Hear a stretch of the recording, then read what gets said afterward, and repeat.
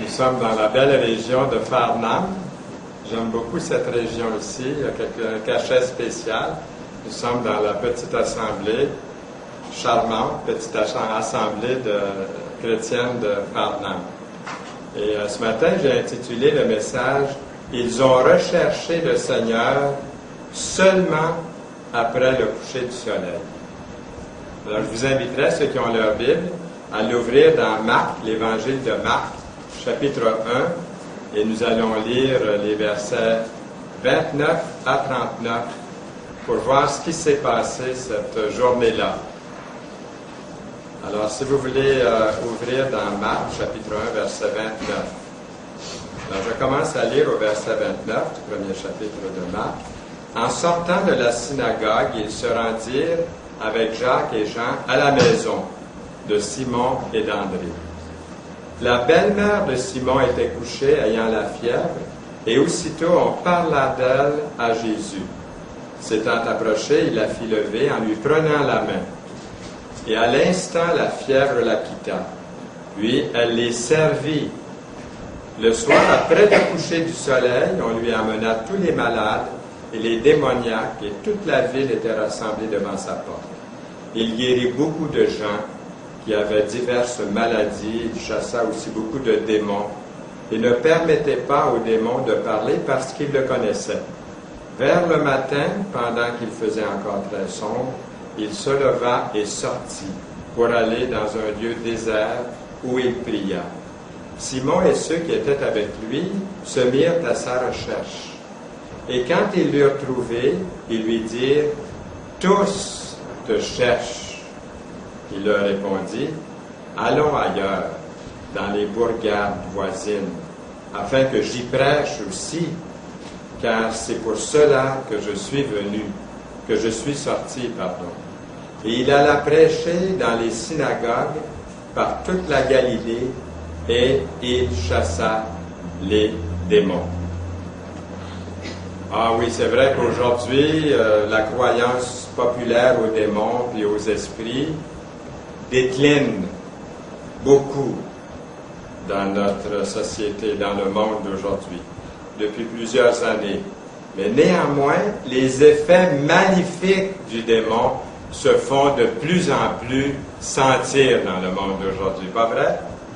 Partout. Et même les gens qui ne croient pas en Dieu disent « Qu'est-ce qui se passe sur notre planète? Ça va donc bien mal. » Alors on voit que l'esprit maléfique agit, même si on veut ne plus y croire.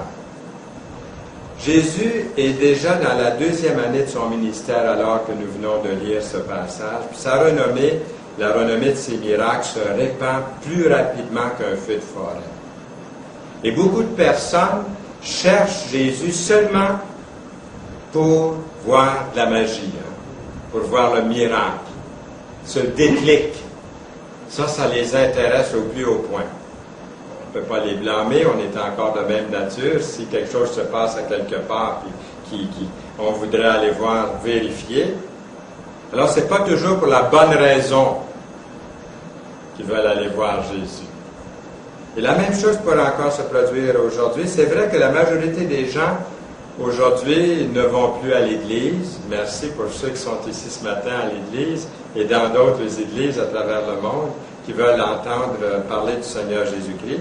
Mais il y a quand même des personnes qui y vont à l'Église pour adorer le Seigneur, même si de moins en moins les gens veulent aller à l'Église dans notre société d'aujourd'hui.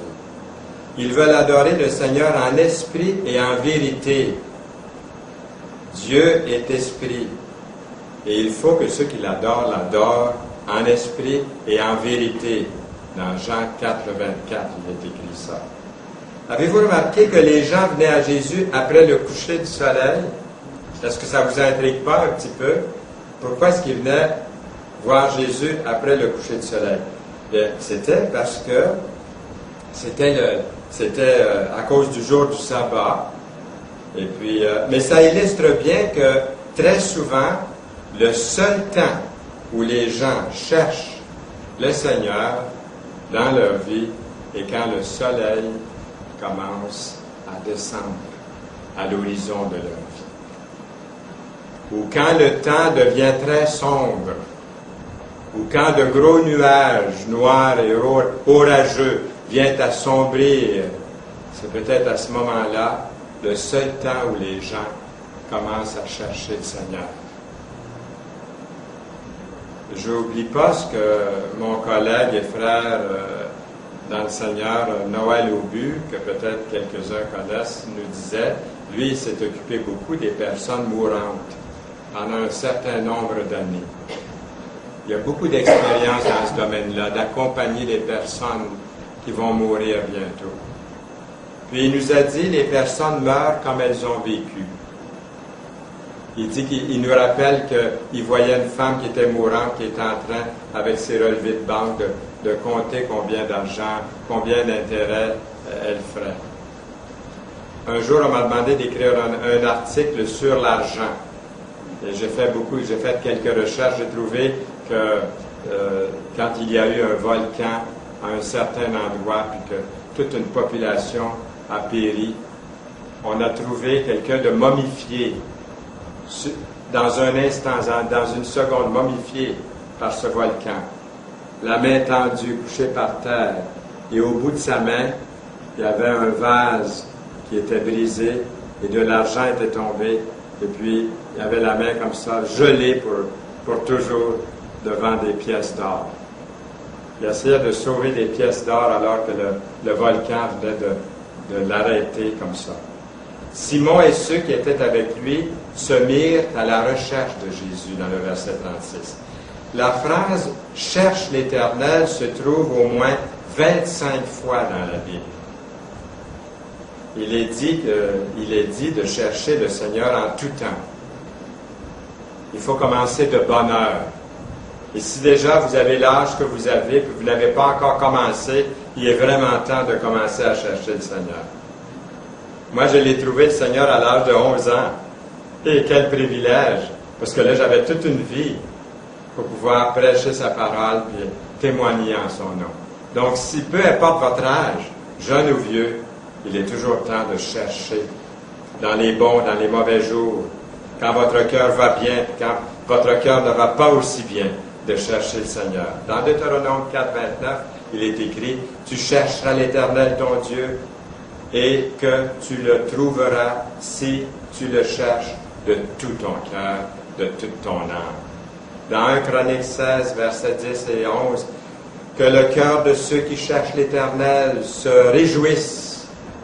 Ayez recours à l'Éternel et à son appui. Cherchez continuellement sa face. » Même une fois qu'on l'a trouvé, on continue à chercher sa face. Dans 2 Chroniques 20, 3 et 4, dans sa frayeur, Josaphat se disposa à chercher l'Éternel. Judas s'assembla pour invoquer l'Éternel et l'on vint de toutes les villes de Juda pour chercher l'Éternel. Dans Proverbe 28, 5, les hommes livrés au mal ne comprennent pas ce qui est juste, mais ceux qui cherchent l'Éternel comprennent tout. Oh, vous allez dire, quelle prétention! Pas du tout! Pouvez-vous trouver quelqu'un de mieux que l'Éternel, de plus grand, de plus puissant, de plus beau, de plus merveilleux? Quand vous l'avez trouvé, vous comprenez tout, tout est en lui, tout est là. Examinons d'un peu plus près ce qui est arrivé une fois le soleil couché. On voit une requête de prière. Verset 30, regardez. La belle-mère de Simon était couchée ayant la fièvre. J'aimerais juste dire un mot sur les belles-mères, parce que tout le monde connaît des histoires de belles-mères. Je dis, je ne peux pas passer. Il y a des très bonnes belles-mères. La plupart des belles-mères que je connais sont merveilleuses. J'ai eu la meilleure belle-mère au monde, je pense, la maman de mon épouse Yolande. Mais personnellement, j'ai eu une bonne belle-mère, mais il y a un dicton qui dit « Regardez la mère et mariez la fille ». Alors, j'ai fait quelque chose de bien. Hein? J'ai regardé la mère, j'ai marié la fille. C'est un dicton. Nous connaissons tous des histoires de belle-mère. Est-ce que vous connaissez celle-ci? Adam et Ève étaient le couple le plus heureux et le plus chanceux de la terre. Ni l'un ni l'autre n'avait de belle-mère. Le rôle de belle-mère est semé d'embûches puis d'obstacles. C'est vrai, pauvre belle-mère. Dans son livre, il y a quelqu'un qui a intitulé un livre qui s'appelle « Nous les belles-mères ». C'est écrit par Christiane Collange. Elle est connue dans les écrivains. Elle est journaliste et écrivaine.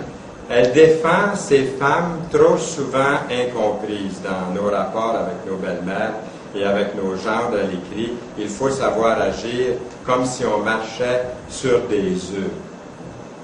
Être à la fois présente sans être envahissante. » Elle continue d'écrire. C'est pas simple.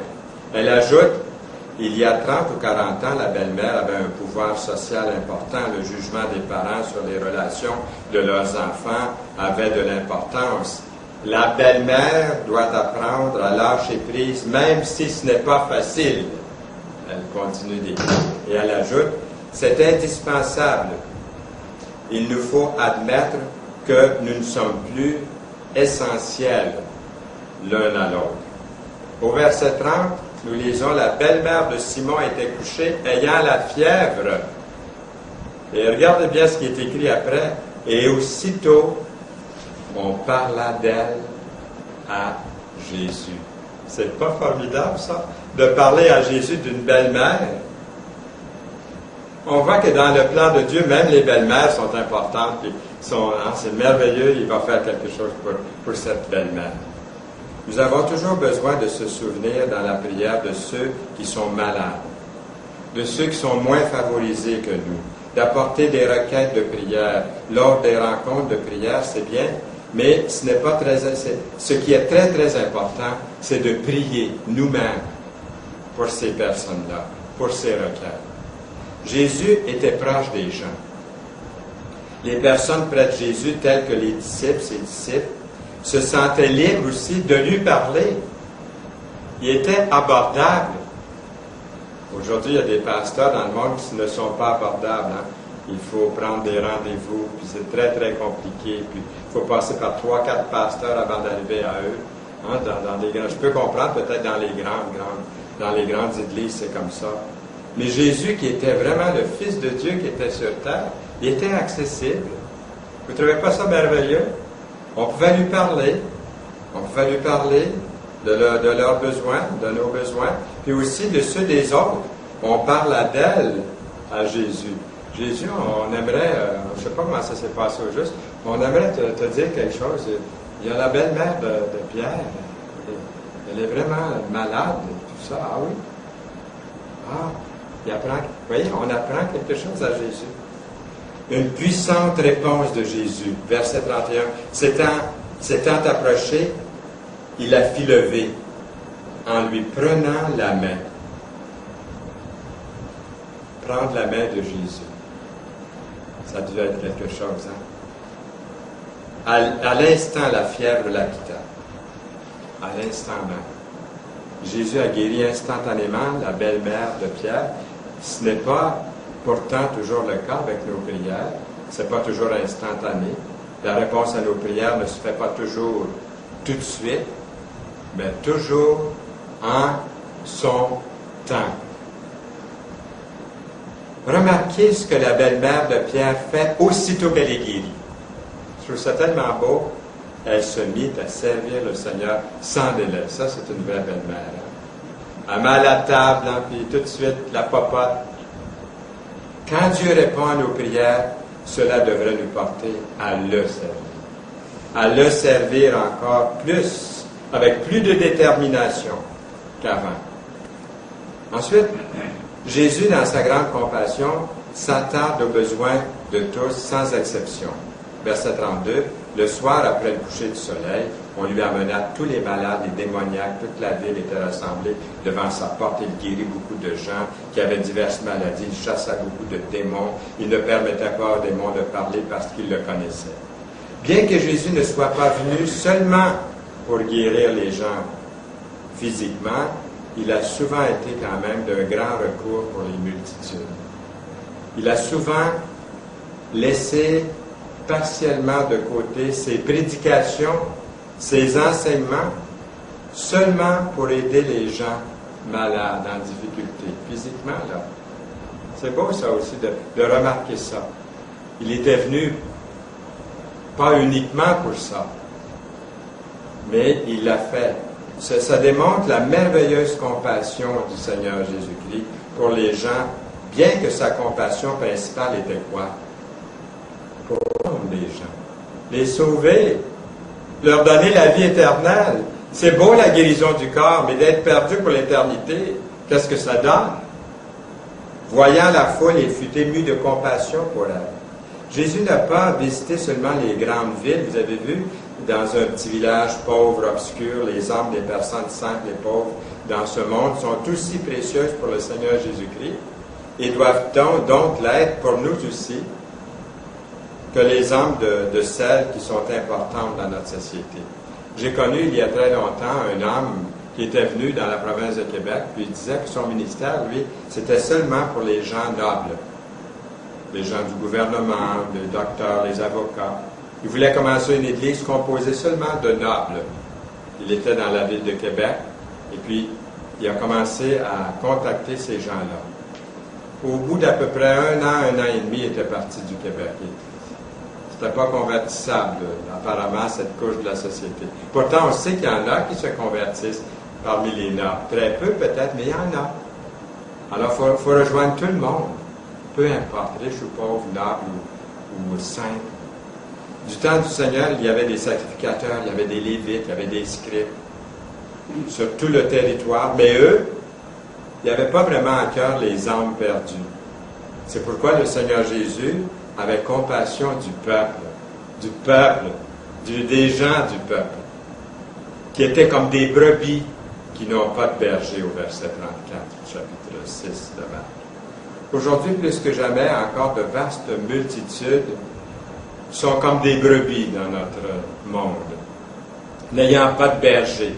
Nous devons avoir, nous aussi, chercher à avoir de la compassion pour eux. C'est pas toujours facile parce qu'ils sont indifférents, des fois ils sont rebelles, ils sont blessants lorsqu'on veut leur apporter la parole. Mais ce sont des brebis quand même, sans berger. Comme le Seigneur l'a demandé, prions au moins pour que beaucoup puissent amener des âmes au Seigneur Jésus-Christ.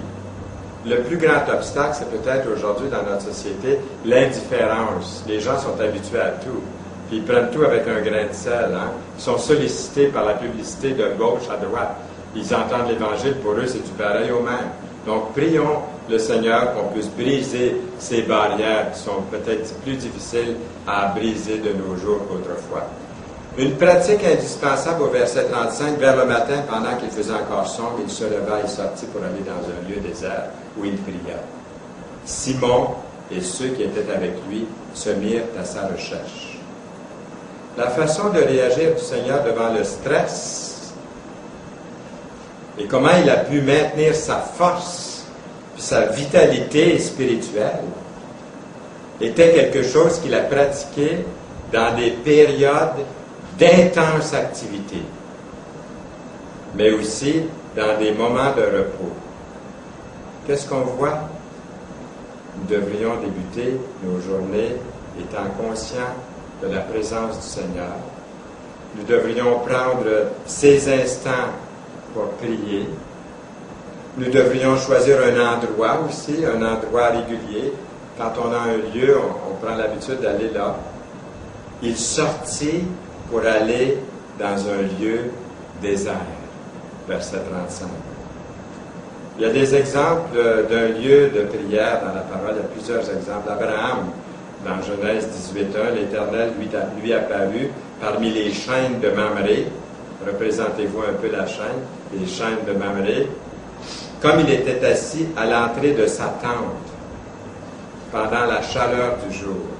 C'est comme si Abraham avait profité de ces moments-là. À tous les jours, hein, il faisait chaud, alors il priait là. Isaac, dans Genèse 24, verset 63, Isaac était sorti pour méditer dans les champs. Il y a beaucoup de cultivateurs dans cette belle région ici. J'imagine qu'il y a des cultivateurs chrétiens qui sont quelquefois dans les champs. Et puis, ils prient Dieu. C'est merveilleux. Daniel, dans Daniel 6, 10, il se retira dans sa maison, où les fenêtres de la chambre supérieure étaient ouvertes dans la direction de Jérusalem. Là, je ne sais pas dans quelle direction je dois pointer, là, mais dans la direction de Jérusalem.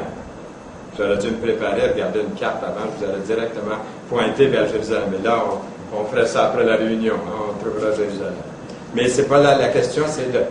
Il voulait diriger ce regard vers le temple. Il savait que le temple était là, puis que les gens se réunissaient là au nom du Seigneur et tout. Habakkuk, hein, un tout petit prophète, il dit « J'étais à mon poste et je me tenais sur la tour, je veillais pour voir ce que l'Éternel me dirait. » Dans une tour. Le Seigneur a dit « Quand tu pries, entre dans ta chambre, ferme ta porte, prie ton Père qui est là dans le secret. Et ton Père qui voit dans le secret te le rendra. » Jésus lui-même, dans le verset 35, sortit pour aller dans un lieu désert. Mais rapprochons-nous un peu de nos temps modernes. William Carey, un missionnaire en Inde, qui établit une vingtaine d'églises dans les années 1800 et quelques, priait dans un gazebo, une petite maison.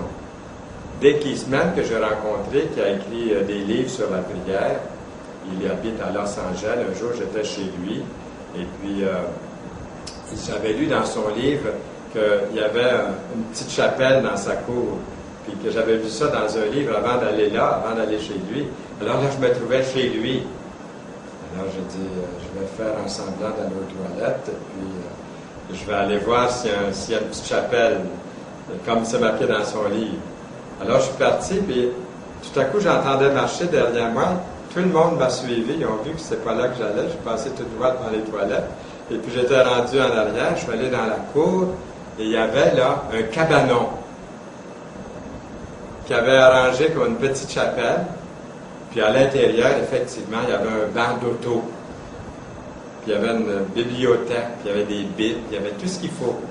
Et on était à Los Angeles, on ne pourrait pas faire ça ici dans nos cabanons. Avec le froid qu'il y a ici à Farnham durant l'hiver, on va oublier le cabanon comme un lieu où on se retire, mais ça peut être, oui, ça peut être simplement pour donner des exemples, d'avoir un lieu, c'est important. Il y avait Jonathan Edwards, un prédicateur du 18e siècle, qui priait dans une maison construite dans un arbre.